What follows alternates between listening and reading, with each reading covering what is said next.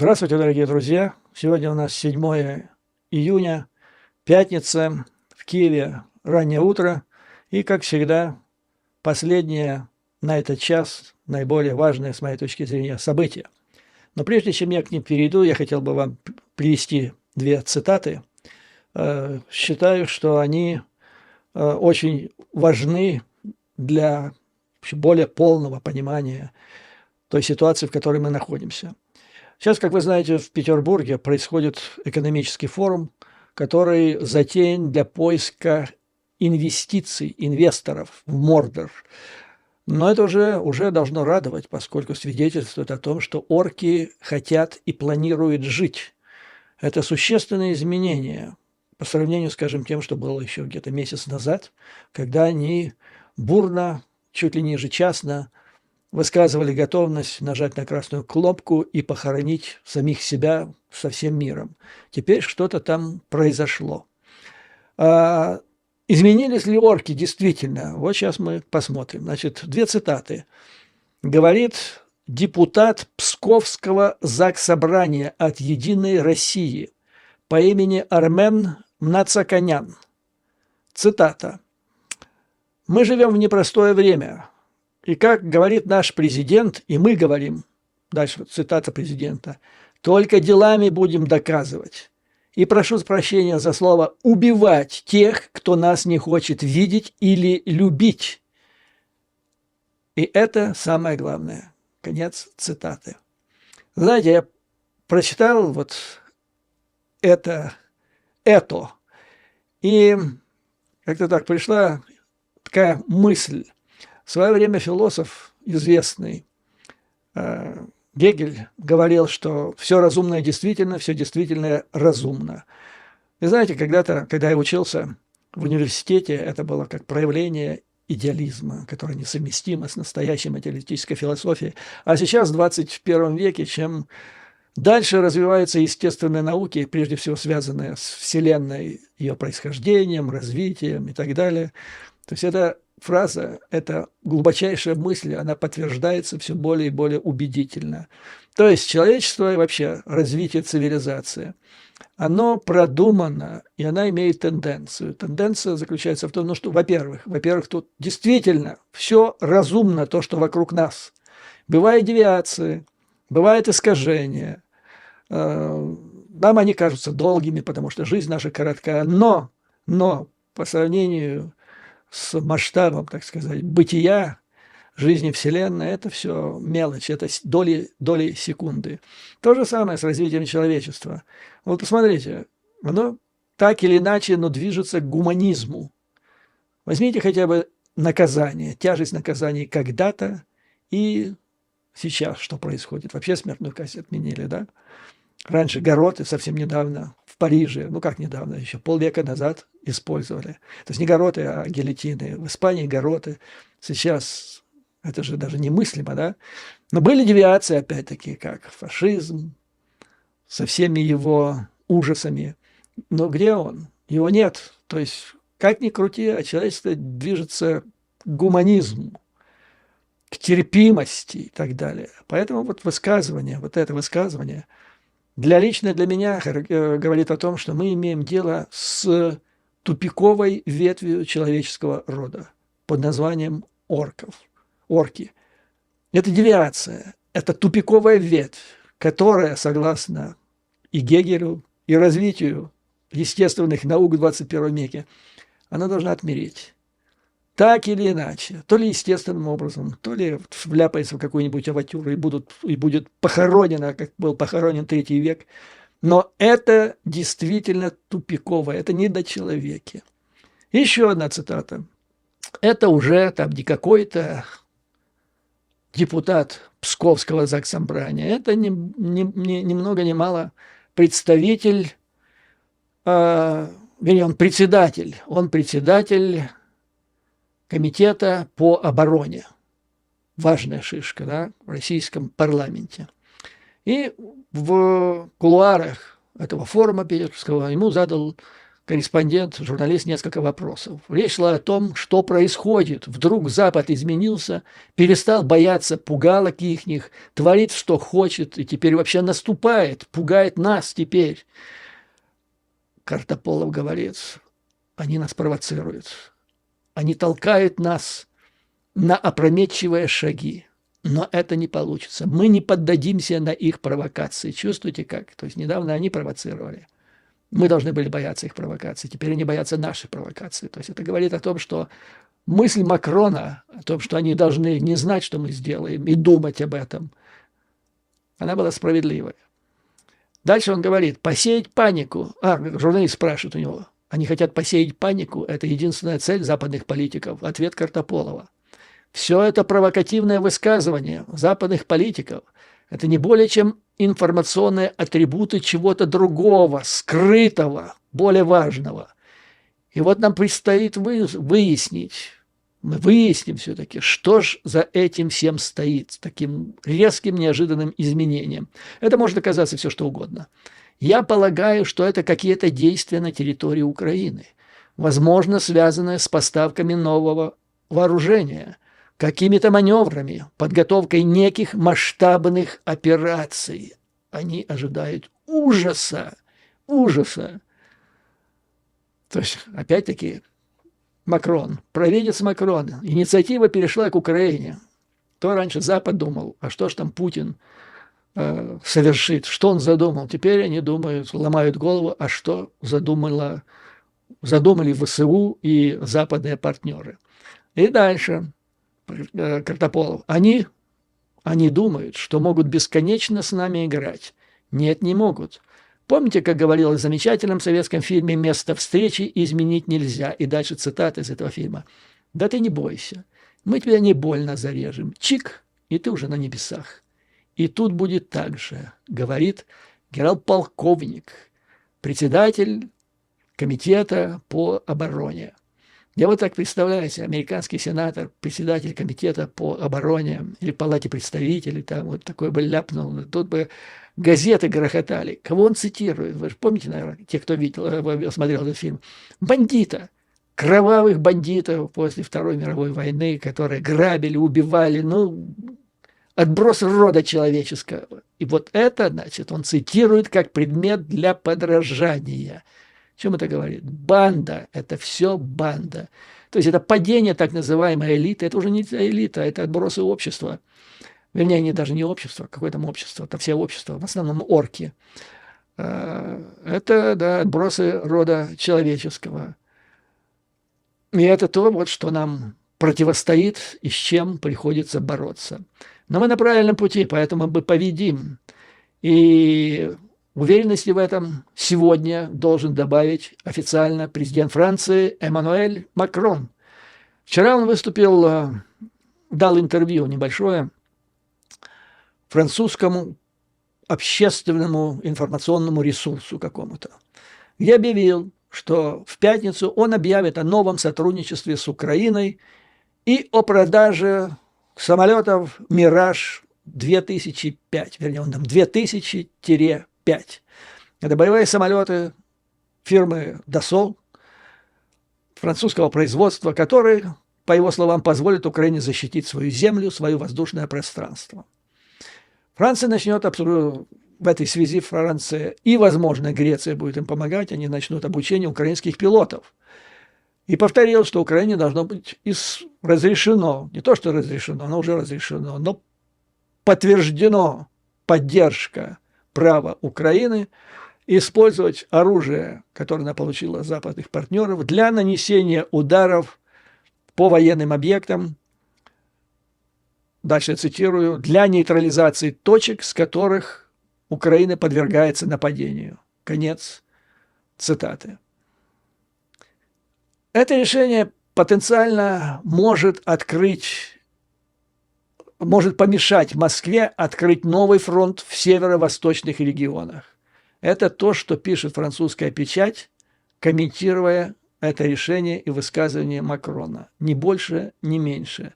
То есть речь идет о том, я думаю, многие в Украине могут скрестив пальцы, но вздохнуть где-то с некоторым облегчением, потому что это наступление в Харьковской области, цели этого наступления, до сих пор еще дебаты ведутся, что это было и какая действительно цель была. Многие ломают голову, предполагают, что будет наступление со стороны Сум, может, откуда там еще, а это под Харьковом было, так сказать, отвлечением внимания. И вот французские аналитики, комментируя решение Франции по поводу «Миражей», говорят, что эти поставки и вообще то, что делает сейчас Запад вместе с Украиной, то есть решение о том, что Украина может и должна наносить удары по российской территории. Это потенциально может помешать Москве открыть новый фронт в северо-восточных регионах. Такая интересная мысль, которая мне показалась важной. Украинские чиновники, как говорится даже в статье, а это Евроньюз, опасались, что новое наступление неизбежно после наступления на Харьков 10 мая, которым московские войска воспользовались слабыми местами и успешно отвлекли украинские силы. Дальше издание Forbes добавляет несколько деталей к предстоящему анонсу, который сделает сегодня Макрон. Уточняется, что речь идет о самолетах «Мираж-2000-5», которые оптимизированы для ведения воздушного боя. И нет причин, по которым Франция не могла бы оснастить украинский ВВС парой десятков таких самолетов. Говорится в статье. Почему говорится? Почему предположительно? Потому что, повторяю, это предварительное интервью Макрона в четверг. Он не раскрыл эти детали, должен раскрыть в пятницу. Но, как предполагают аналитики, Франция может передать такое количество этих самолетов, которое сможет заменить существующую украинскую истребительную бригаду или сформировать новую бригаду. Дальше сообщается, что украинские ВВС вступили в войну в феврале 2022 года, имея на вооружении около 125 боевых самолетов, которые включают штурмовики Су-24, 25, 27 и МиГ-29. Значительная часть этих самолетов стала результатом боевых потерь за 20 месяцев ожесточенных боев. В частности, здесь называется цифра, из этих 120 было потеряно около 80 самолетов. Дальше, значит, аналитики размышляют, что даст поставка этих самолетов в ВСУ.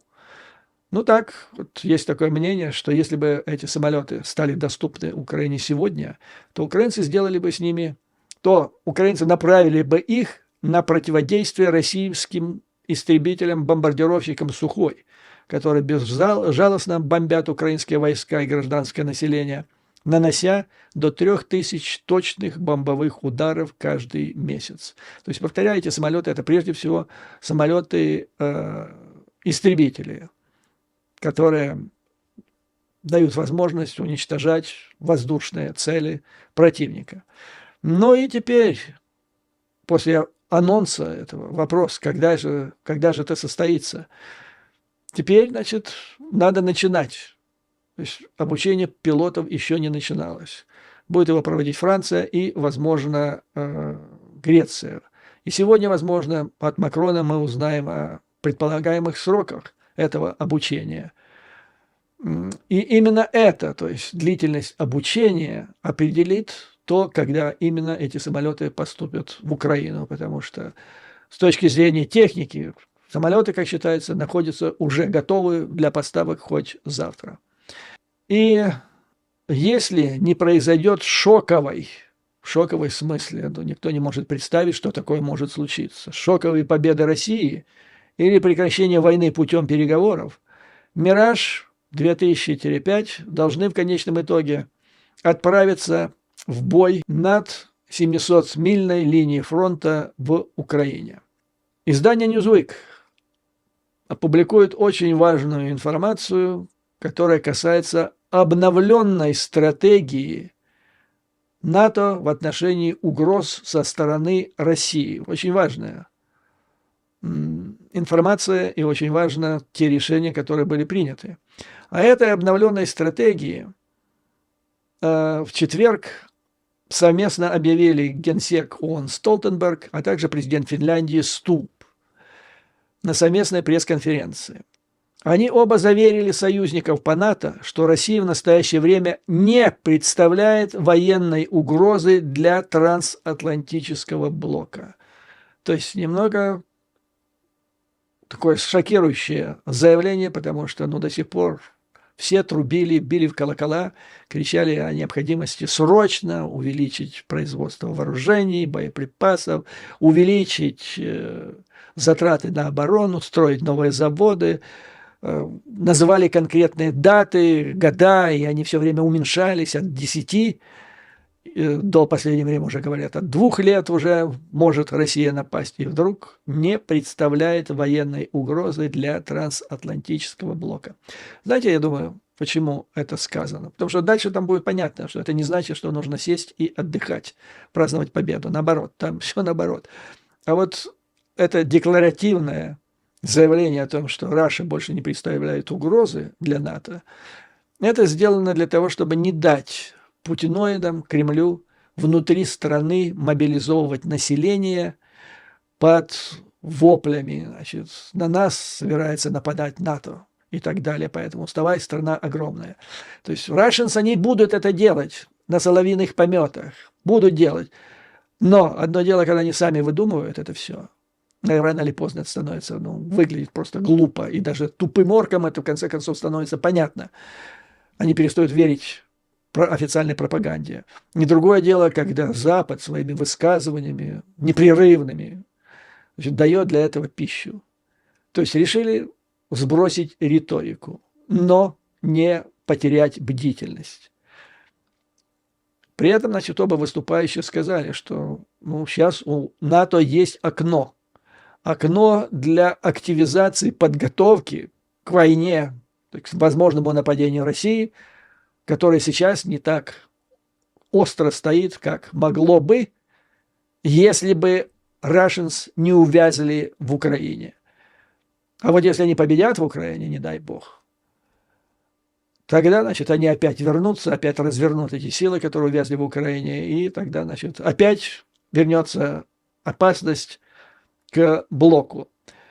Поэтому, хотя мы не видим никакой непосредственной военной угрозы в отношении кого-либо из союзников НАТО, это не значит, то есть это значит, что мы не видим, что они сиюминутно нападут на нас. Почему мы так думаем? Да потому что НАТО – это 50% мировой военной мощи. Это сильнейший альянс и военная держава в мире. И поэтому идея о том, что существует некий отсчет до следующей войны, вот то, что я вам говорил, сначала 10 лет, потом 7, теперь уже 2, а может быть и быстрее, это ошибочная позиция, сказал Столтенберг. Но, как подчеркнул президент Стуб, лучший способ предотвратить войну – это подготовиться к ней. Поэтому, значит, вот она, обновленная стратегия. Мы больше не кричим, что завтра нападет Россия на НАТО. Потому что мы теперь будем утверждать, что НАТО – это 50% военной мощи всего мира, чтобы орки поняли, куда ведет их Кремль и куда ведет их собственная пропаганда. То есть надо смириться с реальностью, как говорят сами орки, с реалиями на земле. И не дразнить слона из опасения, что он может так оступиться и нечаянно раздавить. И тем не менее готовиться, готовиться и готовиться. И помогать Украине. Вот она, обновленная стратегия. В этой связи привлекает внимание практически одномоментное начало, но относительно, конечно, одномоментное военно-морских учений. С одной стороны, это Раша, с другой стороны, это НАТО. По сообщениям, значит, первым сделал это сообщение Министерства Navy, военно-морского флота Соединенных Штатов Америки. Россия развертывает воздушные и морские средства для военных учений в Карибском бассейне, утверждает официальный представитель США. Я вам должен сказать, что вот первое заявление, которое сделано, оно было такое, ну, как в последнее время присущее, вот до вот этого заявления Столтенберга, по крайней мере, было присуще представителям Соединенных Штатов Америки и европейских союзников по НАТО. То есть лучше переоценить, да, чем недооценить. Речь сразу пошла, развертывают воздушные, морские средства для военных учений. Но потом это кажется, что это не совсем так. Или даже совсем не так. Дальше, значит, представитель военно-морского флота, не названный, дальше, это, наверное, брифинг был какой-то, вот он оценивает, что будет происходить. По его словам, эти действия не будут и не представляют прямой угрозы. Они являются, то есть со стороны России, не являются реальной угрозой для Соединенных Штатов Америки. Они являются местью за то, что президент Байден одобрил применение американского оружия по российской территории. Заявление, сделанное для газеты «Майами Herald». Чиновник ВМС США утверждает, что Вашингтон ожидает от России после вот этого, до зеленого света Байдена, ожидает от России повышенной военно-морской и воздушной активности вблизи Соединенных Штатов, и что корабли Раши будут заходить в кубинские и, возможно, венесуэльские порты. Однако Соединенные Штаты это не беспокоит.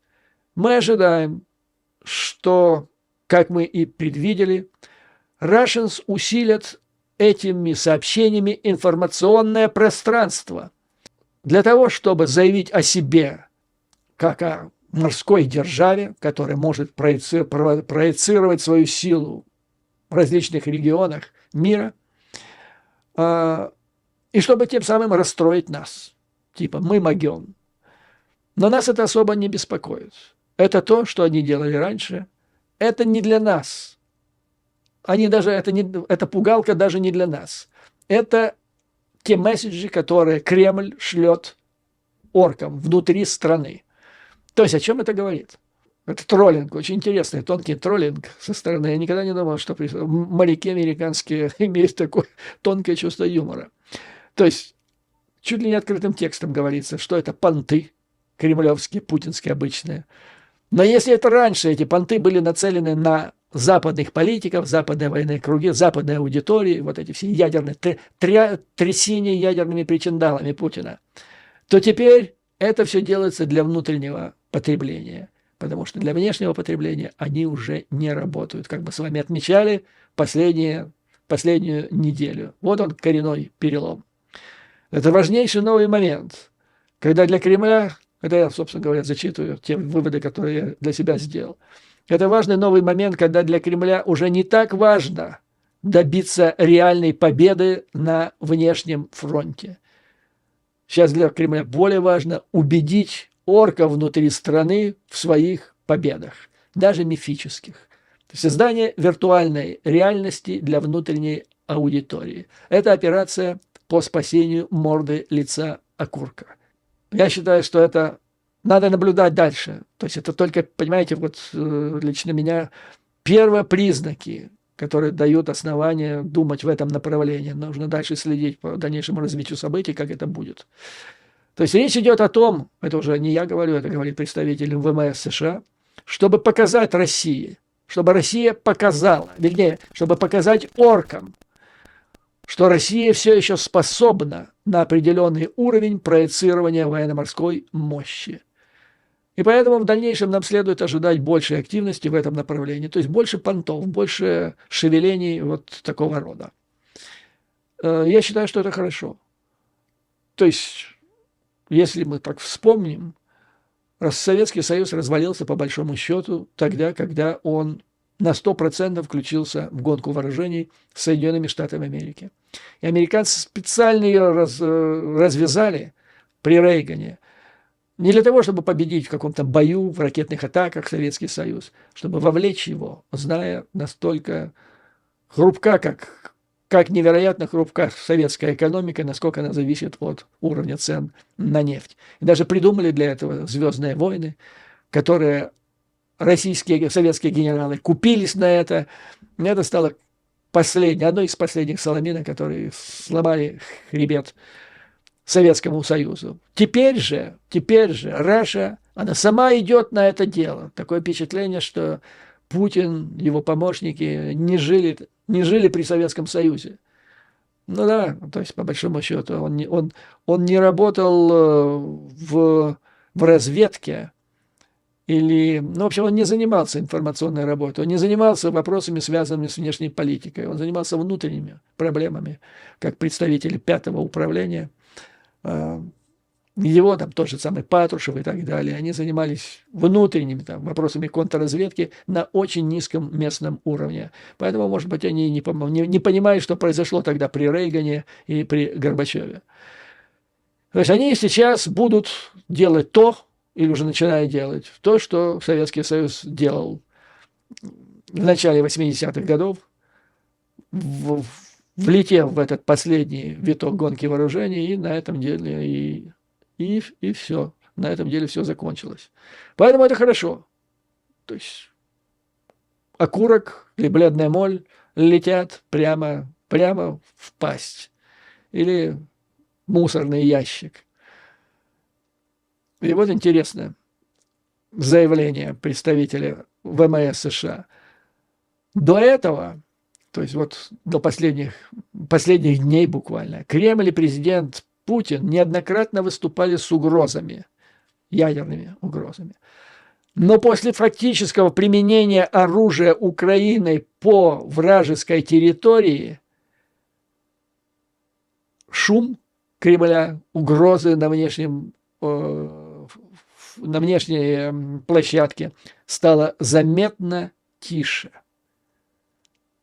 То есть вот оно и последствия. Кстати, мы с вами об этом и говорили, когда обсуждали так называемые красные линии Путина. Надо их переступать и переступать смелее. И каждый раз, когда переступаешь, чем более красная линия, и чем смелее и быстрее переступаешь, тем быстрее становится понятна, очевидна вся беспомощность совка. Дальше администрация США уведомила Конгресс о том, что, значит, ВМС США внимательно следят за передвижением России, готовы использовать все необходимые средства.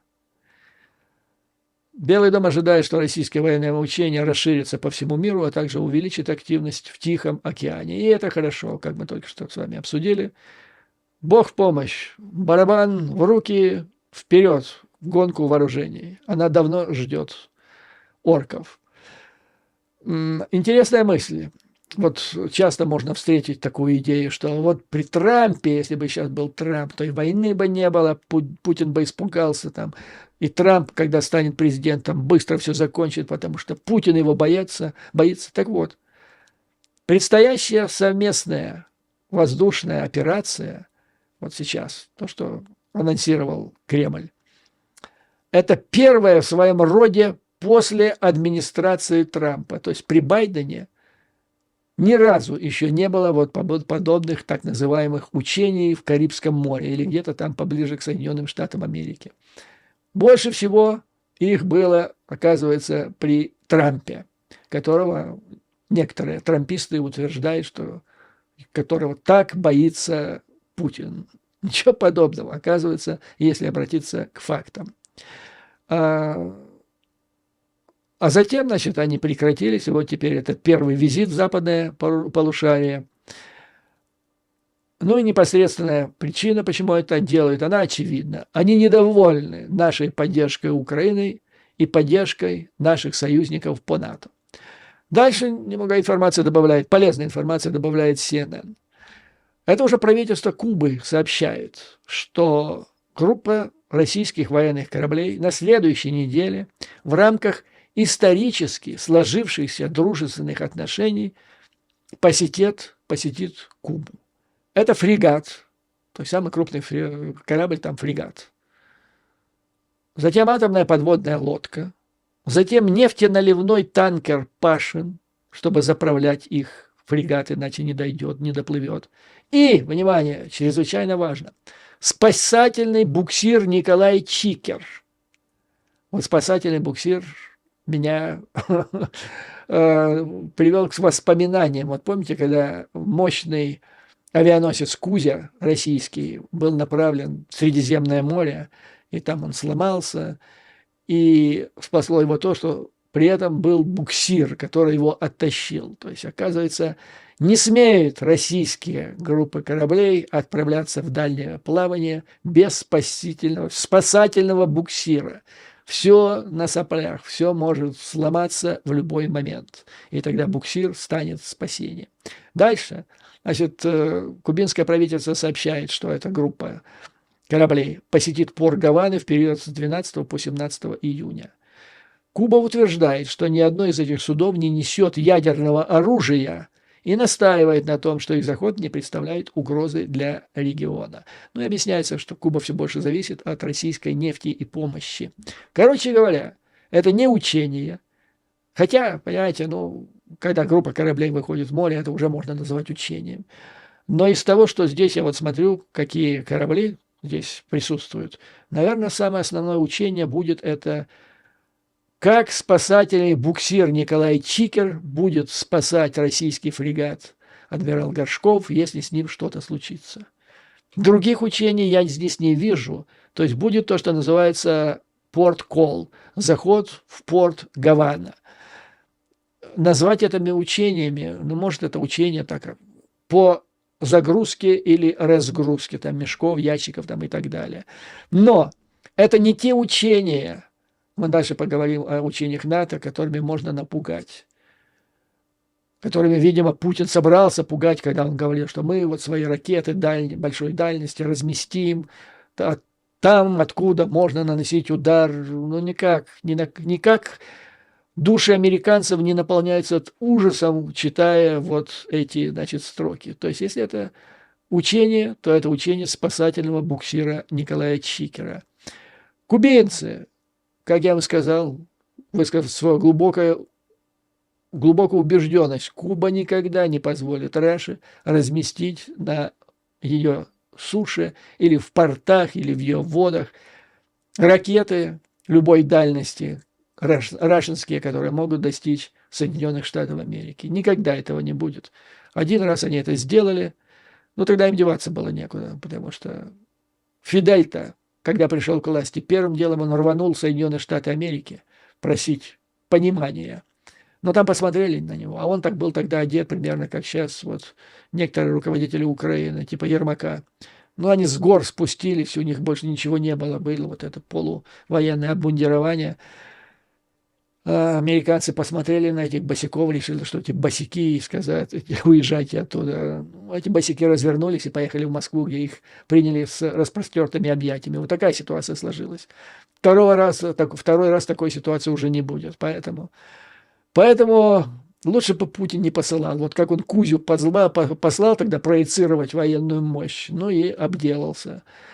Путин, этот самый Кузя, загадил небесное пространство над Атлантикой, над Средиземным морем, этим дымом угольным. Сломался, утопил несколько самолетов, вот все пугалки и закончились. Ну, теперь Путину надо молиться, чтобы фрегат Горшков посреди Атлантического океана не заглох.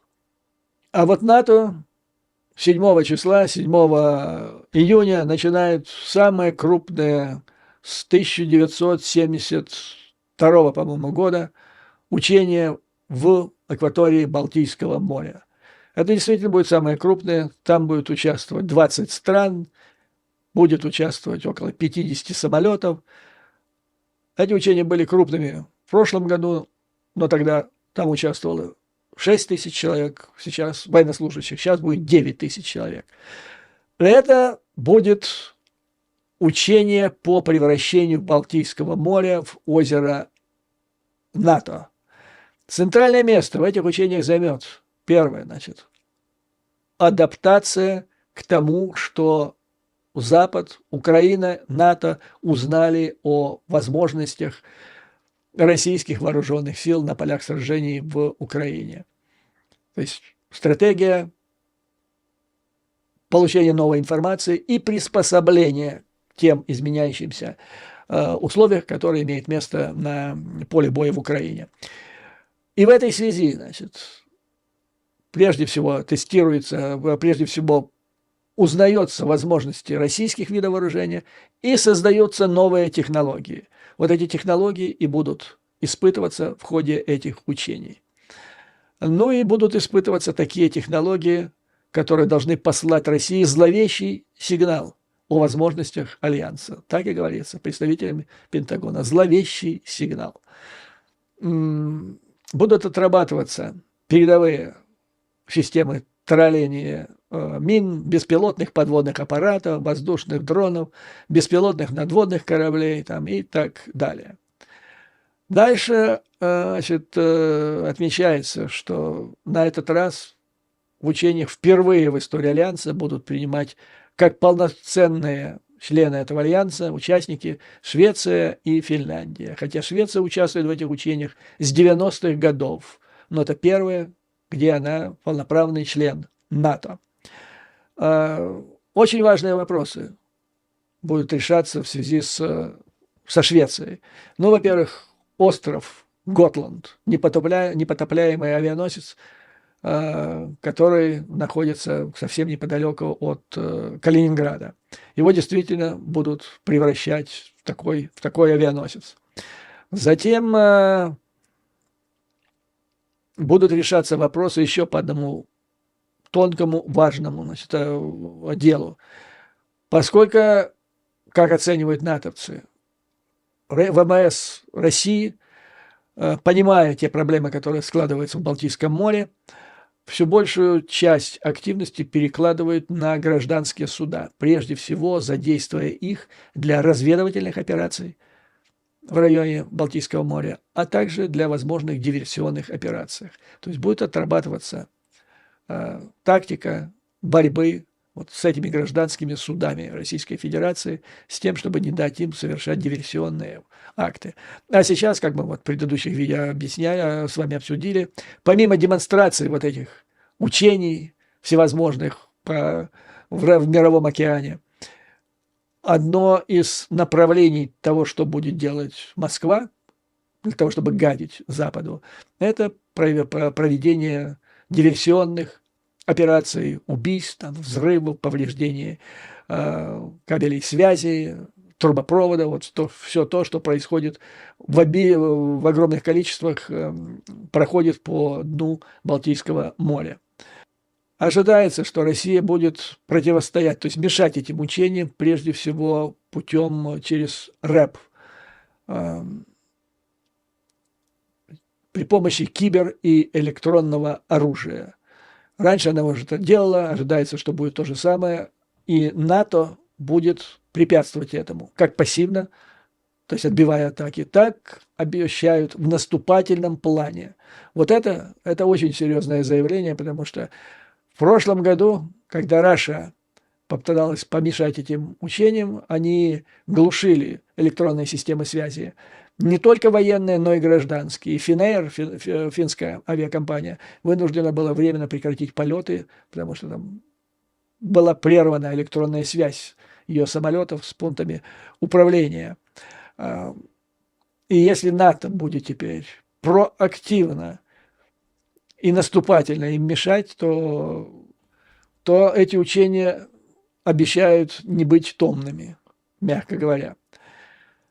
Ну и, наконец, один из важных аспектов – это Калининград, Балтийск, это северный участок, можно так сказать, Сувалского коридора, который многие десятилетия кошмарил стратегов Запада. Вы знаете, туда это полоска, которая будет идти вдоль границ, туда вот наверх к этому Калининграду, и захватив этот коридор, теоретически вооруженные силы России в случае нападения могли бы отрезать сухопутную связь между государствами Балтии с другими членами НАТО. И тогда единственный путь, по которому можно было бы их снабжать, доставлять им помощь, это только по морю, по воздуху, что значительно бы затруднило их защиту, обеспечение безопасности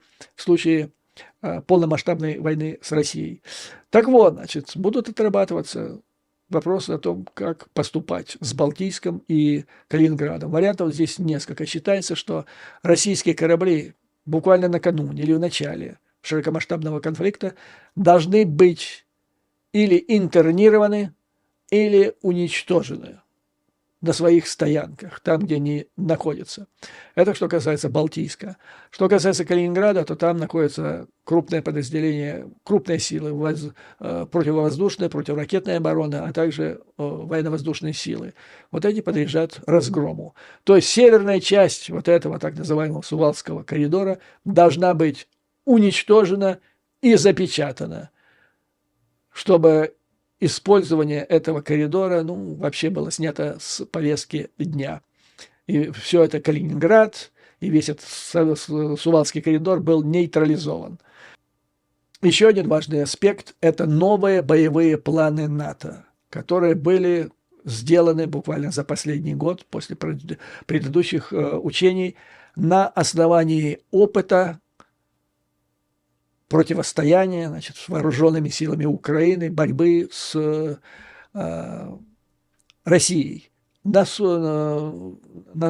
суше и на море. И еще один важный аспект будет заключаться в том, что в этом году на этих учениях будет происходить развертывание военно-морских сил США, которые предназначены для Индо-Тихоокеанского региона. То есть будут не только те, которые находятся в Средиземном море, в Атлантике, но и те, которые или находятся сейчас там поближе к Китаю, или предназначены для этого региона. То есть масштаб, конечно, колоссальный. Общая идея, общая концепция состоит в том, чтобы присоединение Швеции и Финляндии к НАТО, которое называется сейчас глупостью Путина, потому что произошло в результате этой его глупости. Нападение – это глупость, да, с одной стороны глупость, с другой стороны это чудовищное преступление. То есть открыло большие возможности НАТО, больше, чем когда-либо с момента создания Альянса в Балтийском море. Ну и теперь надо его использовать. Вот на этом, дорогие друзья, я хотел бы завершить сегодняшнее видео. И, как всегда, слава Украине и ее вооруженным силам. Враг будет разбит, победа будет за нами. А вам, друзья, выдержки, мужества, терпения, еще раз терпения, силы воли. И враг будет разбит. Карфаген будет разрушен. До новых скорых встреч.